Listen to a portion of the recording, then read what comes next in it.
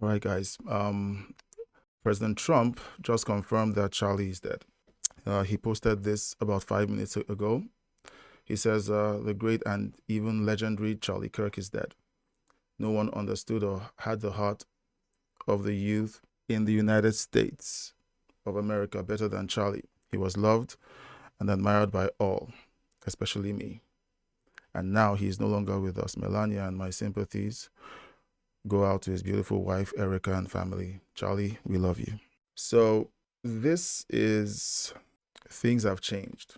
Okay, things have changed, and the sad thing is the insanity has already started on the left. TDSBC started out by calling him divisive, polarizing, and they've even started insinuating that President Trump is going to use this as a lightning rod to do something not similar, but to make a move, an authoritarian move, similar to what he did in Washington, D.C. after the carjackings that affected a staffer or a former staffer of his administration. I'm not sure why I'm covering this. I started out by covering, the announcement of his shooting, and then, I got some updates on Tim Pool's page, and I gave the update. I felt I owed it to you to conclude this by giving you this update. There are people, who enjoy seeing violence being perpetrated on conservatives. And I'll be honest, I'm not going to believe any of the rhetoric that's coming from any leftist, because they've shown over the years that they don't mean it. They don't mean it. They don't mean it. It's all theater to them, as long as it allows them to get their own agenda pushed. They accuse conservatives of doing the very things that they do. They say that conservatives stoke violence and divisiveness, but they're the ones out there physically attacking conservatives. My conversation earlier this week, I covered it in the earlier video, and I didn't know this was happening or going to happen. I was simply giving an update on my life and how my public support for Donald Trump on YouTube, has affected me. And my conversation with someone this week, which ended in a very awkward way, showed me that the world is already spiritually sick. The world is spiritually sick. But I think the incidents of the last few years comes together in this, because it's very clear that the left is supportive of these kinds of actions. I shared the sick comment that I read in the last last video, not to give the person who wrote the comment exposure, but to show the world the way a lot of these people think. They just don't have the let me use the term, the guile to cover it up. They can't help themselves. You keep hearing me say it during my commentary. They just can't help themselves. They can't help themselves when they say these things on the heels of a tragedy. They want to take your guns. On the heel of a tragedy, they start saying things that show what they really think about conservatives, conservative values, and then by extension, Christians and Christian values. I believe Charlie lived a life dedicated to God. I believe he knew that there was a chance that something like this could happen. He presented himself as a person of faith, as a godly person, as someone who wanted righteousness to fill the earth. And he fought, bled, and died for a country that his children could live in. I don't know what tomorrow is going to look like. I do know that I'm going to be watching a lot of the coverage from the creators that I follow. I'm going to be watching Tim Pool's broadcast tonight. I would like you to consider watching Tim Pool's coverage.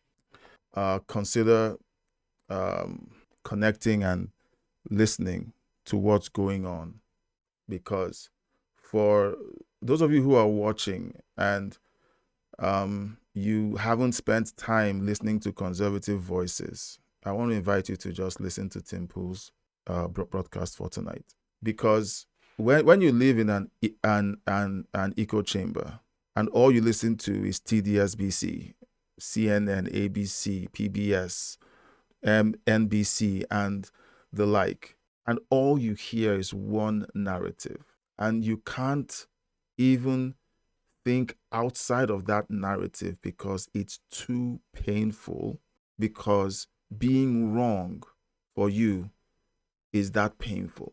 It's a sad place to be. Consider joining Tim Pool's broadcast tonight. I invited you to leave a comment, just express your prayers for Charlie and his family. Right now, I'm going to ask you to pray for his wife, his 2 children, and the Turning Point USA movement. I don't know what the movement is going to look like going forward. I don't know what it's going to look like, but I can guarantee you that this has changed everything. And I would make a prediction. You're going to start seeing very low tolerance coming from conservatives now. I'm just predicting it. You're going to start seeing it, and you're also going to start seeing it in the voting booths. You're going to start seeing a zero tolerance for Republicans that don't have the courage to do what the constituents are demanding.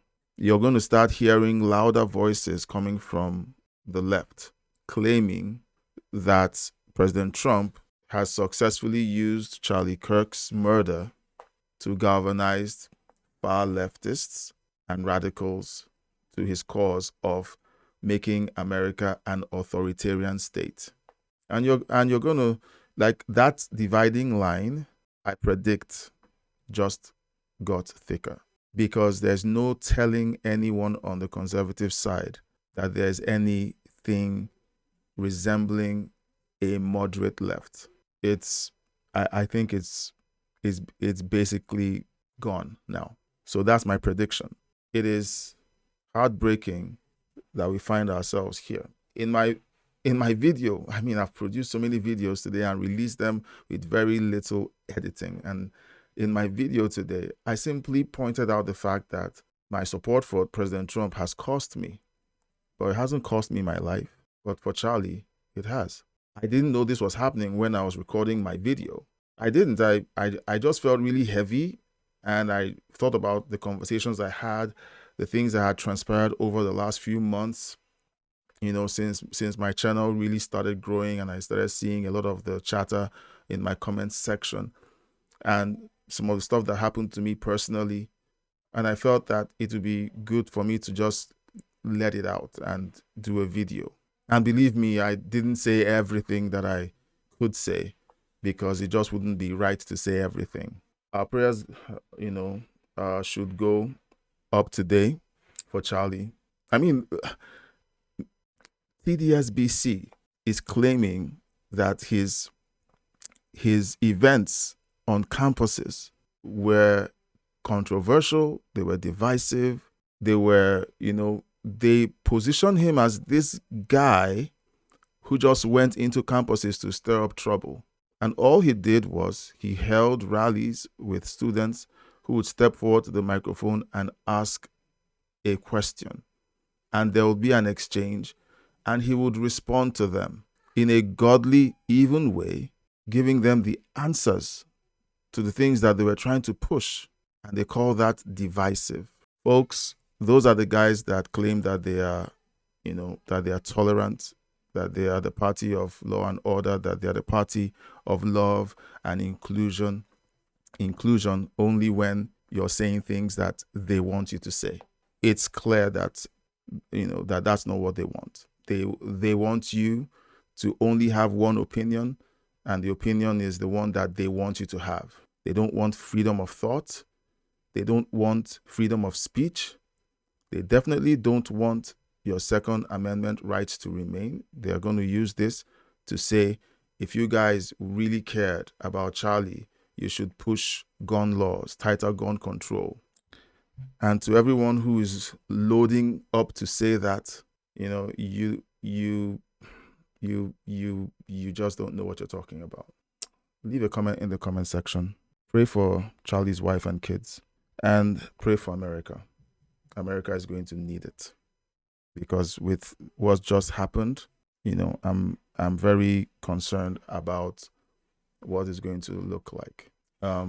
What conservative voices are going to have to do right now to protect themselves, because you simply can't walk around in public anymore without one far leftist or someone who calls themselves progressive, simply because you're popular, who walks up to you and begins to attack you physically, and they say that you caused it. That's what J.B. Pritzker, he gave a press conference right after the incident, and he was doing his very best to blame Donald Trump for the incident. Most of them are going to come out and try to blame conservatives for the incident because they don't back gun control. So keep your eyes wide open. Keep your eyes wide open. Charlie KIRK, a Christian man who showed it in the way he engaged people on the left, committed leftists. Some of them were communists, some of them were mentally ill, but you could see how he engaged them, and you could see that this was a man who loved God and who loved his fellow man and his fellow Americans. And what was the reward? This. Leave your comments in the comment section, and I'll catch you on the next one.